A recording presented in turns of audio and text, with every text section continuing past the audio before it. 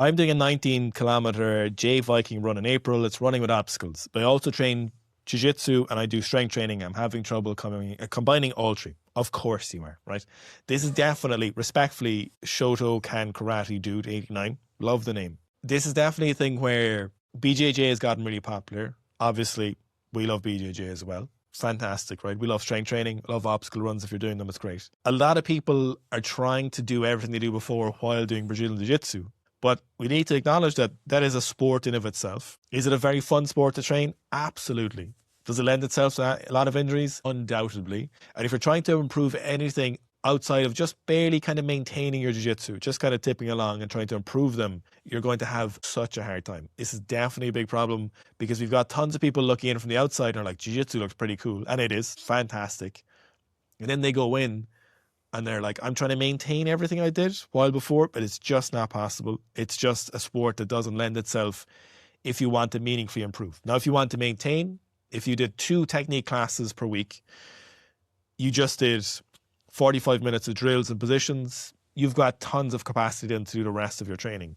But if you're trying to do lots of strength training and BJJ and do an obstacle course and all the training, 19 kilometers is huge. That's nearly a marathon. Is it nearly a marathon? No. Over half marathon. Over half marathons. Just less than half marathon. You're trying to do things that are very, very difficult individually. And obviously strength training supports BJJ really well, and obviously that's really important as well. But once we start looking at all these things, it's definitely very important to understand that there's the magnitude of impact that all of these have, and balancing them is tough. And you're not at fault for finding all of these difficult to balance or treat them. It's just 3 really difficult things to do. And it's important that we frame this in our mind, that we go, okay, if I'm doing this run, BJJ has to take a real backseat, or my strength training has to take a backseat, or my strength training and my BJJ both have to take more of a backseat until I get on top of this run and I change. So we need to periodize the intensities and the implementation of each one of these. It cannot be a case of full hell for leather on the 19-kilometer obstacle course, full hell for leather on your,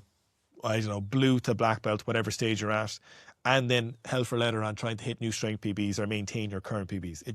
It can't be like that. And I'm saying this, and I wanted to answer this specifically because this is probably the most common.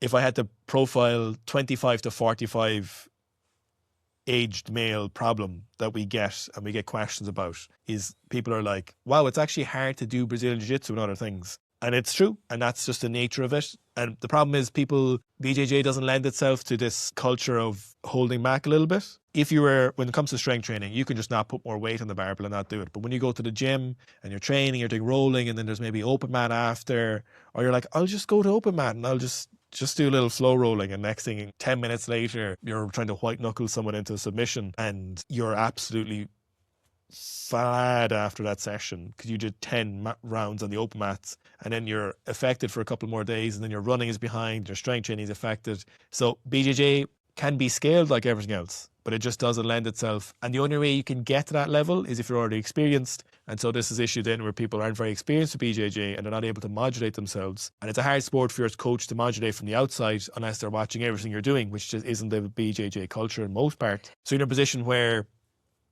you can't hold yourself back if you're newer. And if you are someone who's experienced, you probably should know better in that regard. So you just need to frame that in your mind and go, oh, hang on, you need to check yourself a little bit. The biggest issue you have here, like that run is 6 weeks away.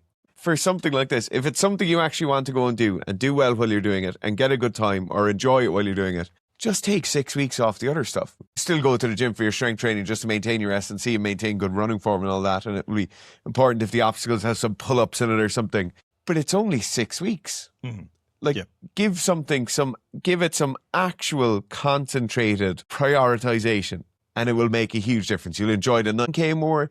You'll enjoy BJJ when you go back to do BJJ.